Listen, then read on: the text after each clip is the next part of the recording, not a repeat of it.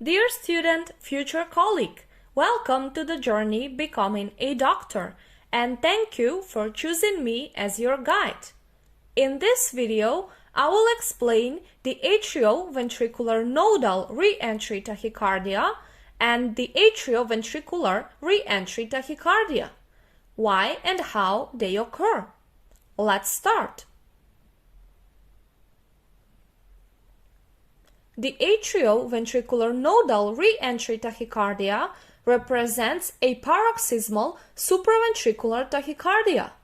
The term paroxysmal tells us that this arrhythmia occurs in cycles between periods of normal rhythm.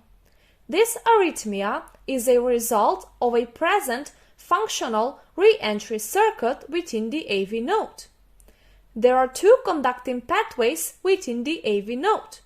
Those are the fast and the slow pathway. The fast pathway conducts rapidly but has a long refractory period.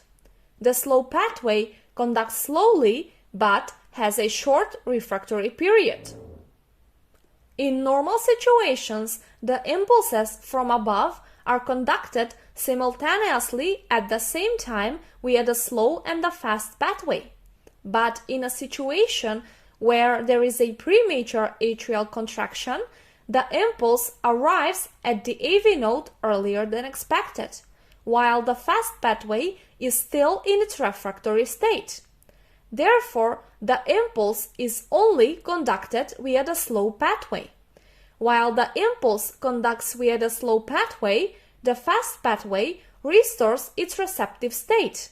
And by the time the impulse reaches this point, the fast pathway is ready for accepting an impulse. So the impulse is going to be conducted retrogradely up the fast pathway. Because the slow pathway has a short refractory period, when the impulse reaches the starting point again, the slow pathway is again receptive for an impulse.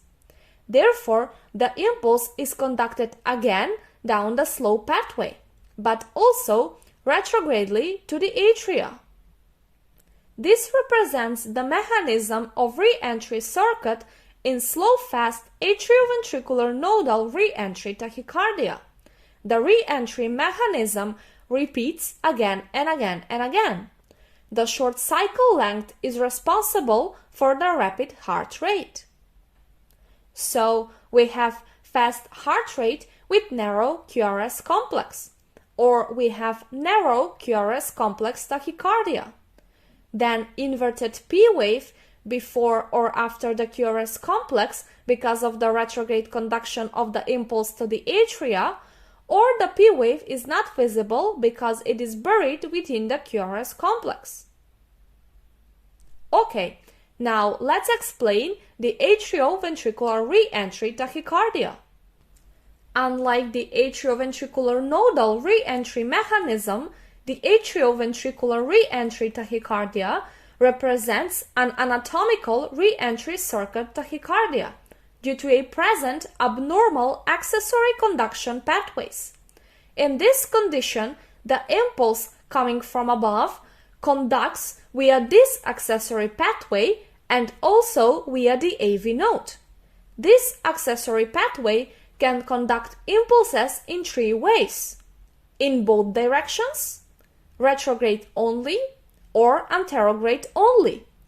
Because there is no delay in the conduction of the impulse through the accessory pathway as there is in the AV node, the impulse is conducted to the ventricles earlier than expected and causes a so-called pre-excitation of the ventricles. This early conducted impulse to the ventricles forms a new wave on the ACG, named the delta wave. As you can see here, there is a P wave which tells us that there is an atrial contraction, after which immediately rises a QRS complex, forming a delta wave. And there is an absent flat baseline after the P wave, which normally represents the delay in the conduction through the AV node.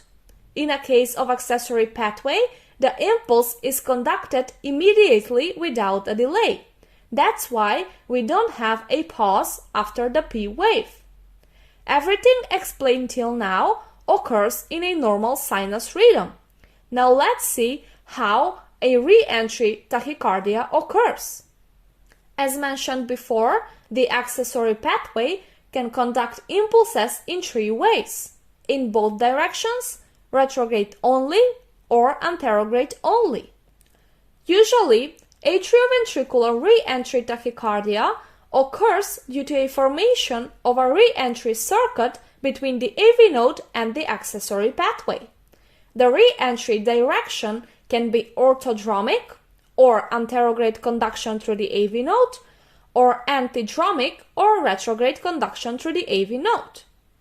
Now, in orthodromic conduction, the impulse coming from above conducts anterogradely through the AV node, resulting in a normal direction of ventricular depolarization. Then, the impulse re-entries into the atria via the accessory pathway in a retrograde manner. So, the accessory pathway in these situations conducts only in a retrograde manner. In the other hand, in antidromic conduction, the impulse coming from above conducts anterogradely through the accessory pathway to the ventricles, and then the impulse re-entries into the atria retrogradely via the AV node. So the accessory pathway in this situation conducts only in anterograde manner.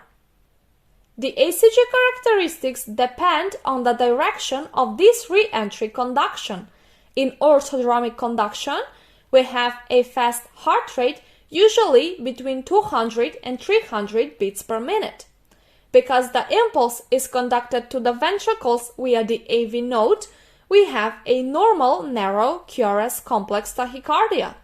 So we have a narrow QRS complex tachycardia, and in some cases visible inverted P waves. Now in antidromic conduction, because the impulse is conducted to the ventricles via the accessory pathway, the ventricles are not depolarized simultaneously at the same time. The abnormal direction and delay of ventricular depolarization to some parts of the ventricles results in a wide QRS complex tachycardia. So we have a fast heart rate with wide QRS complex. In some cases, this pattern can be mistaken with ventricular tachycardia. With that, we've come to an end. I hope that you find this video helpful, and if yes, please make sure to subscribe to support me. Thank you for watching, and I hope to see you again.